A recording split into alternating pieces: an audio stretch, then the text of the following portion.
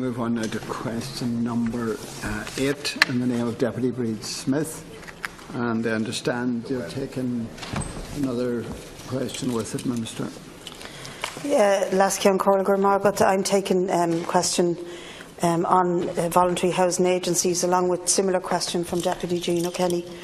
So basically the substance of the question, Minister, is to find out from you if you're aware of very serious rent hikes being implemented by voluntary housing bodies because of methods that they use to calculate rents, and if you have any intention of investigating this and putting more structures and restraints on how voluntary housing bodies and approved housing bodies can increase their rents or conduct their rent regime, please. Thank you, Lass. I propose taking PQs 8 and 46 together. The normal legislative provisions of the Residential Tenancies Acts governing rent setting, rent reviews and notices of changed rents for private rented tenancies do not apply to approved housing bodies' tenancies. Instead, these matters are governed by the tenancy agreements, leases or financing arrangements in place. Where social housing units are provided by housing bodies under payments and availability arrangements with local authorities, it is a condition of such funding that rents must be determined in accordance with the differential rent scheme of the housing authority in which the house is situated. This mechanism accounts for a significant element of the housing currently being delivered by housing bodies. Where housing is provided by housing bodies under the Capital Assistance Scheme, my department's historical guidance states that rents should be at levels which are reasonable, having regard to the tenant's income and the outlay of the housing body on the accommodation, including the ongoing property management costs. Housing bodies are also required to consult with the local authority in relation to the setting of rents. It should be noted that provision has been made in the Residential Tenancies Act of 2004 for the Residential Tenancies Board to have a dispute resolution role in relation to housing bodies' tenancy rent settings and reviews. In summary, a housing body tenant may refer a dispute to the RTB for resolution as to whether the initial rent set for their tenancy or a rent arising from a rent review is in line with the provisions of tenancy arrangements, leases or financing arrangements that are in place. This provides an important protection for housing body tenants in situations where a dispute arises in relation to these matters. Notwithstanding this, it is timely that the overall approach to rents in the housing body sector will be subject to review, and my department will be considering this matter later this year in consultation with the housing body sector and local authorities, taking account also of work being undertaken in relation to the development of a national framework of differential rents. Minister, I note that 47,000 social houses are due to be built by 2021. You might believe that, I don't, but however it is the target of the Rebuilding Ireland policy, and the role of approved housing bodies and voluntary housing bodies within that is quite a central part. In fact, about a third or some 15,000 houses could be from that sector, and that sector indeed is subsidised to a huge degree by the state itself.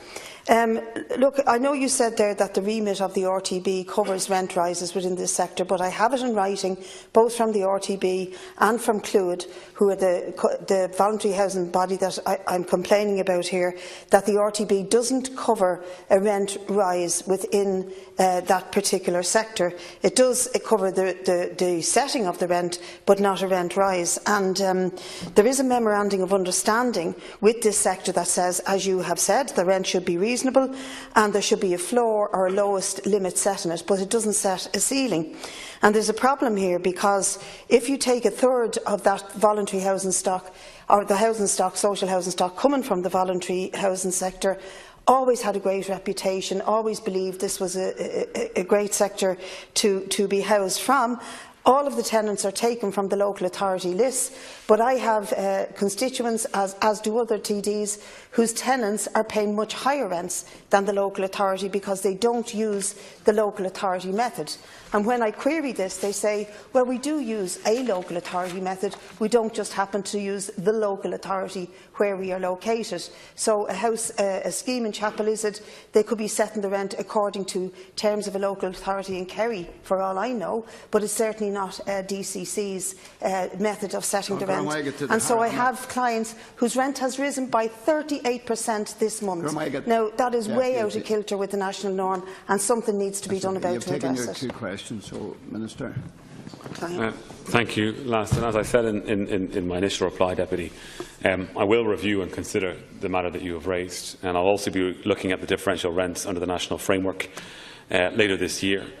Housing bodies are playing a crucial role at the moment, and will continue to play a crucial role as we look to develop and supply more social housing to people in this country, insofar as building out those 47,000 or providing those 47,000 new social housing homes over the course of the Rebuilding Ireland plan. A big piece of work is going to come into the Dáil in September in relation to the regulation of housing bodies.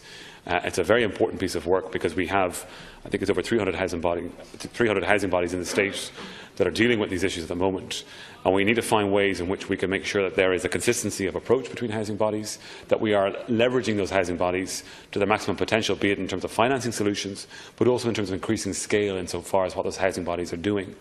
And that might require amalgamations, potentially. We'll have to see about that. It might require housing bodies from abroad coming in who've got greater experience at doing this at scale, but there's a huge potential here. The most important thing is that we get the regulation in place onto a statutory footing, because that will open up the avenues for financing, which will then help us do everything else that we want to achieve.